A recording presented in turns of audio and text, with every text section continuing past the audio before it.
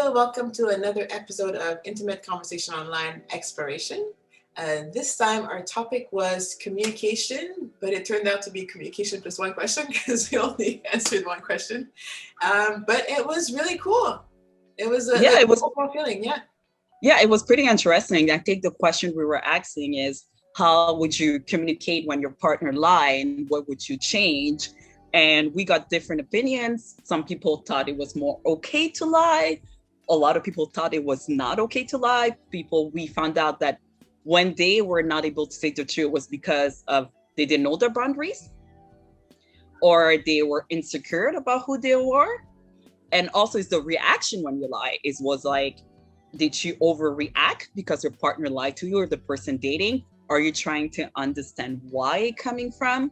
So for me, it was very interesting. We all have different way to handle. Yeah.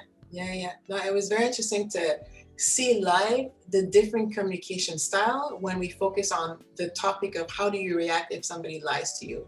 And it's interesting because, I mean, we can give our own example. Like for me, if somebody in the past situation, somebody lies to me, I need some proof. So I'll be observing and I'll be taking notes until it's time to react. So I don't react right away and maybe I waited a little too long to react, but I just wanted to make sure. And I got all the ammunition. And then I don't know if I'm attacking, but I'm going to be definitely firm and make a decision based on how bad the lie is. And what I would do differently as far as I'm concerned is I would probably respond earlier because I tend to wait a little bit too long. But I do like the fact of like wait before, think about it, don't react, and then respond. So yeah. In the past, I was more action and reaction, to be honest.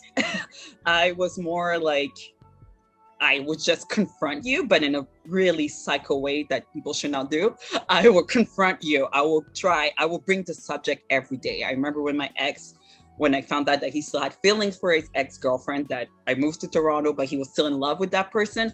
I brought her name up, I think, every day until he had to admit it. I was doing it on purpose. I was, how's that girl? How was this? It was a little bit like, because I think I was hurt as a person and I wanted him to feel the hurt. So I think I think I'm trying to do that now. I try to understand.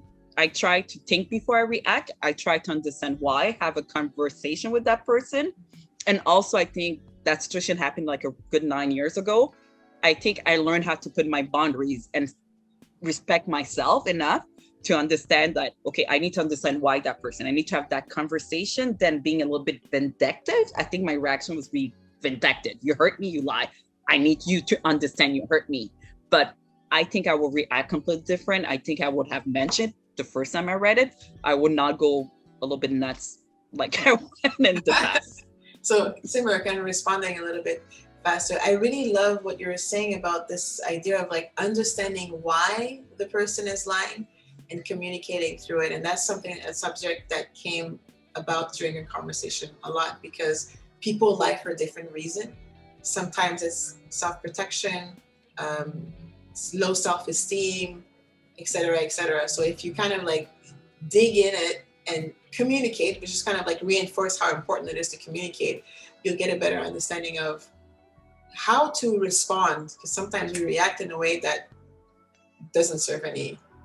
No, no, it doesn't. From the past, like I said, it did not serve me. It was more bad energy putting in a bad place. It did not serve me a purpose. It was just bad energy. But like I said, it's growing, putting your boundaries. That's why I think when you learn how to put your boundaries, it's different the way you're going to react with certain different situation, the way your communication will be.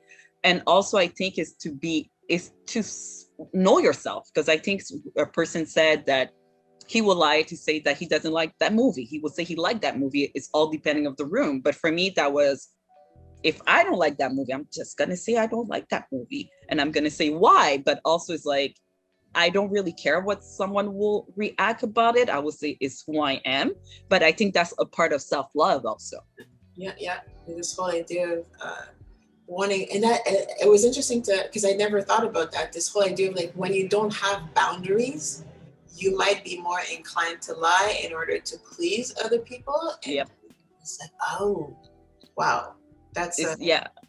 Yeah, and I think in my 20s, if I think my part, I had a hard time putting boundaries in relationship.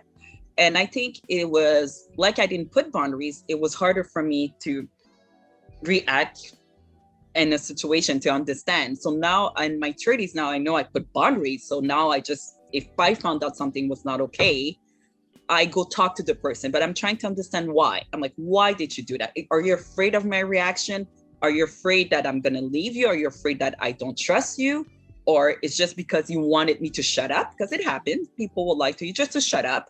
And I'm going to try to understand and ask a question. Why? Also by respecting my boundaries. Some lie I will not accept. Some stuff that someone would do, I would not accept. But I'm trying to understand why that person reacted like that and having a conversation with that person and make sure they understand how that made me feel. Yeah, definitely. And another topic that came about was this idea of like, well, if I keep telling the truth, then I'm not going to be surrounded, like I'm going to lose all my friends because too much truth is going to annoy people.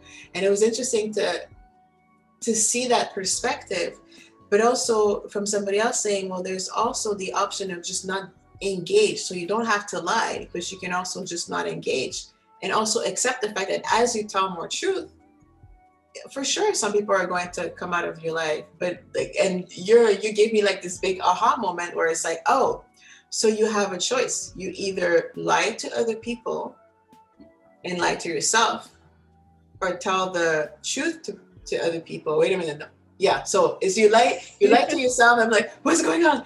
So you lie to yourself or you lie to other people. So yeah. And it's all about growth. Like we all, like I said, we all have different strength of growth. Okay. And for me, the more comfortable you are, the more you are okay with your boundaries, the more you're subject of being vulnerable. The truth is, what is the truth? It's being vulnerable. You're being vulnerable of telling someone how you're feeling, but you have to accept the action or the reaction of that person. And I notice some people is sometimes, if I always say, I'm going to say the truth when you ask me your opinion. That's why I believe. Sometimes I will not give my opinion if I notice my friend will react in a certain way, all depending her phase of her life. But I remember a couple of days ago, and I was explaining the situation. I have a friend, I give her my opinion, and she didn't like my truth. But I told her, I'm not going to apologize for my truth because that's my opinion. That's who I am. That's my value. So, like I said, the more vulnerable that you are with yourself, the more truthful you are with yourself. So it's all a part. I think truth and vulnerability go together. Yes, 100%. And it kind of shows you how when you're vulnerable, you're also strong. Because if you're vulnerable enough to be able to have a reaction that you're not necessarily going to like, and you might potentially lose a friend, you're strong enough to know that you're going to be okay, even if you know that the person is not going to react the way that you're going to react. So yeah, it's interesting to see like the connection between everything. You tell the truth, which means that you're being vulnerable, which means that you're also being strong because of the reaction that you can't control. When you lie, you control the reaction. But it will bite you up in a couple, like it will come back. Yeah. And also what I like the part when we're talking about communication and lie with our participant is how you say the truth. Also, you could be, like I said, I'm working on that, to be honest. I'm pretty blunt, but I learned sometimes the way I would say the truth could hurt someone. Is the way I'm going to show my communication about it. It's different if I say, I do like your earrings. I'm just giving an example. I say, MJ, pink is not good to you. Or you'll be like, okay, that's being aggressive. You're going to be, why is she saying that? But if I told you, MJ, I do like the shape of the earring, but I think a color will be better on you. That's a different way of telling the truth. So that's something I learned. I have to be less blunt because like I say, I grew up in a family that we're completely blunt and that's the way we love each other. But it's the way you said it. Not everybody, you have to be careful of how you're giving your message to somebody else without hurting them. And it's all about communication because we all handle different ways. We all act different ways. So that's the thing I would say, always be careful when you talk to someone. And something I always say to my friends and in a relationship and even in dating, show me how to communicate with you. I need to understand how to communicate with you. If you don't show me how to communicate and you don't tell me the way I'm communicating with you is not okay, I'm still going to repeat my pattern and hurt you. So I think that's something that people need to explore, to tell people, show me the way how you communicate. I want you, if someone show you the way to communicate with them, you need to accept it and try to communicate in that way. And I think a lot of relationship and dating, the issue is communication.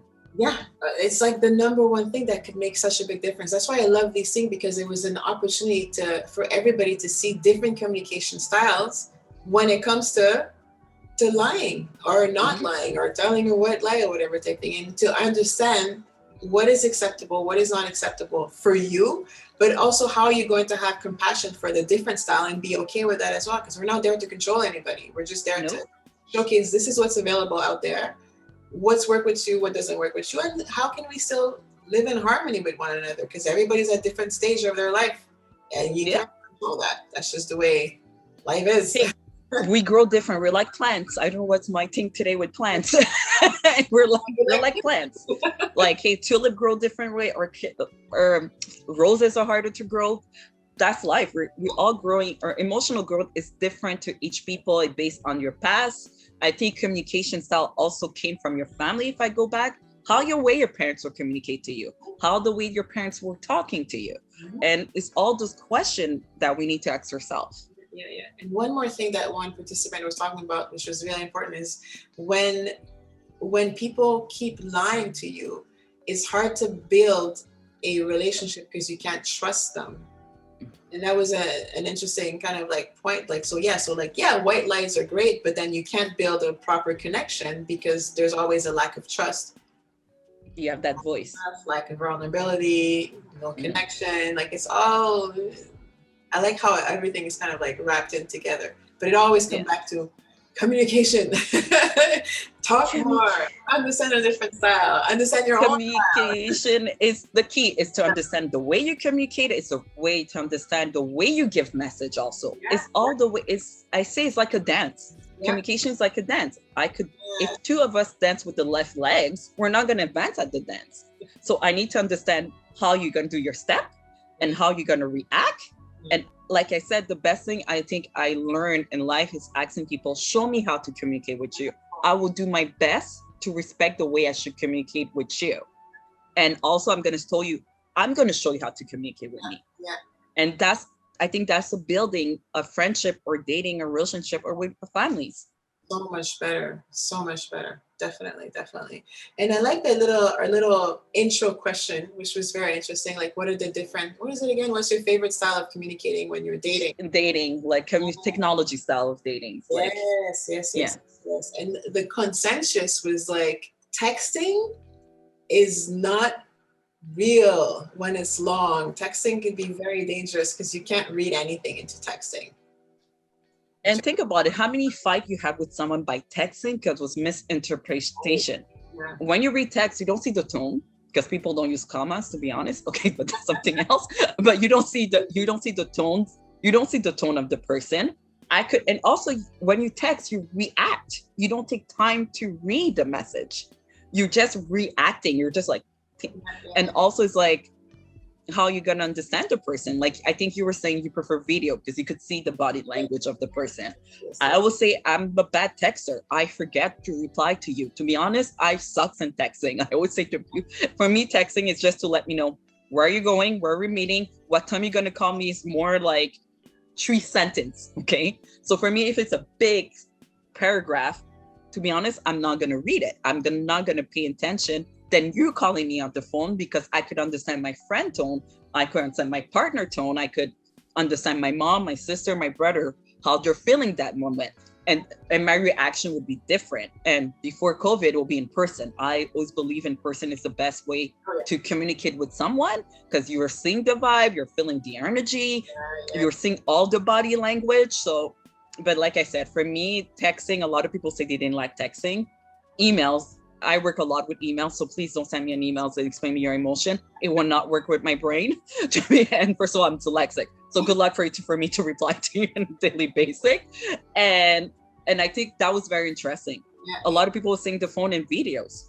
Yeah, phone and videos, definitely. There's an order to it, and it's interesting because it comes to mind that whenever, and it's something that I do whenever I'm texting with somebody, I'm extra careful and reread and trying to interpret things in different ways to make sure that I don't miss anything. And I try as much as possible to kind of like not put emotion into anything that I'm reading, because depending on how I'm feeling, I might read something completely different than what was meant. So I have to kind of like read and come back. That's why I prefer like short and sweet, informational only. When it's like, and it happens that sometimes people send you something out of emotion. It's kind of like, okay, let me get back to it, like, and make sure that the way that I interpret it is the way that it was meant. And if there's reinforcement that needs to be done, I either ask more question and let the text get longer, hopefully not, or phone call, or even better, a Zoom.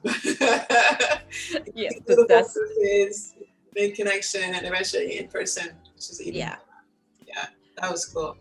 That was really cool. And I like I said, it was one of the best we have. Everybody was sharing the truth, telling they already live, the reaction with live. And I think more we're comfortable with vulnerability and the truth is easier to communicate in a relationship. Yeah, definitely. So yeah, our advice is come and practice communication skills during our intimate conversation online. There's a lot of diversity in terms of like opinion, backgrounds, and you can confront these things with people in a safe space. So then when you're actually in a relationship, you're more comfortable talking about these things, because talking about lies in a relationship is going to happen. Yep. Trust me, it is going to happen. And also we like to say our intimate conversation is a safe place. We always say we're not looking for the right answer or the wrong answer. We're looking for you to share your vulnerability.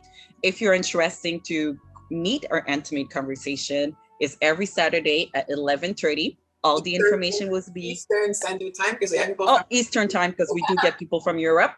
Eastern Time, and all the link information will be below. And hopefully to see you guys soon, and give us a feedback. Let us know what you think about those exploration videos. How you deal with lies? We'll leave the question in the comments, so you can answer the question if you'd like to. All right. Yep. So thank you for your time. We'll see you. Thank you. See you next Saturday. Bye. Bye.